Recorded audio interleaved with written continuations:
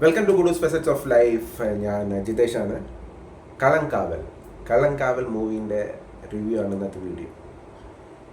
Movie directed by Jithin K Jose and main actor Mammootty, പിന്നെ Vinayakan. Okay, ഇപ്പോൾ film തുടങ്ങുന്ന മുന്നേ നിങ്ങൾക്ക് ഒരു പക്ഷേ കേട്ടിട്ടുണ്ടാകും സൈനൈഡ് മോഹൻ. ഒരുപക്ഷെ പലർക്കും അറിയാൻ മതിയോ ആരാ സൈനൈഡ് മോഹൻ.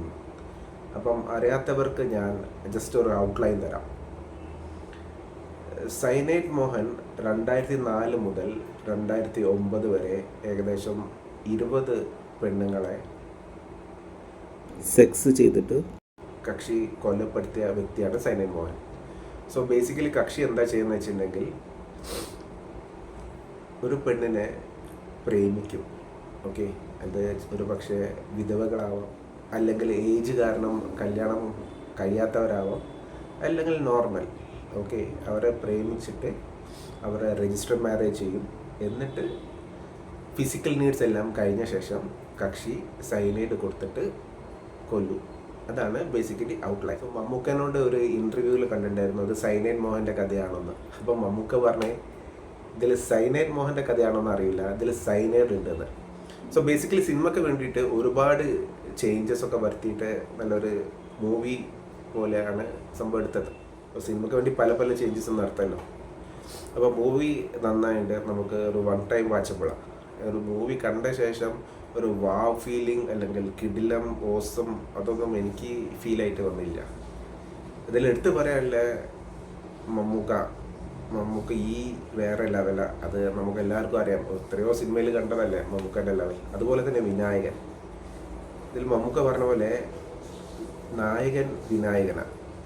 ഓക്കെ, എന്നാലും മമ്മൂക്കനോട് നമ്മൾ ഒരിക്കലും വിചാരിക്കില്ലല്ലോ മമ്മൂക്കനെ പോലെ ഒരു ഇത്ര വലിയൊരു ആക്ടർ ഇങ്ങനത്തെ ഒരു കഥാപാത്രം ചെയ്യുന്ന.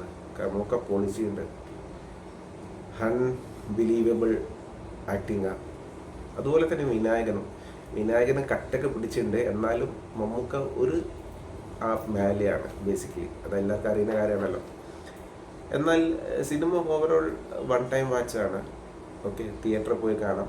അതുപോലെ യാതൊരു ഡീപ്ലി അല്ലെങ്കിൽ ഒരു സെക്ഷൽ അങ്ങനത്തെ ഒരു സീൻസ് ഒന്നും ഇല്ല, ഒക്കെ നോർമലാണ്.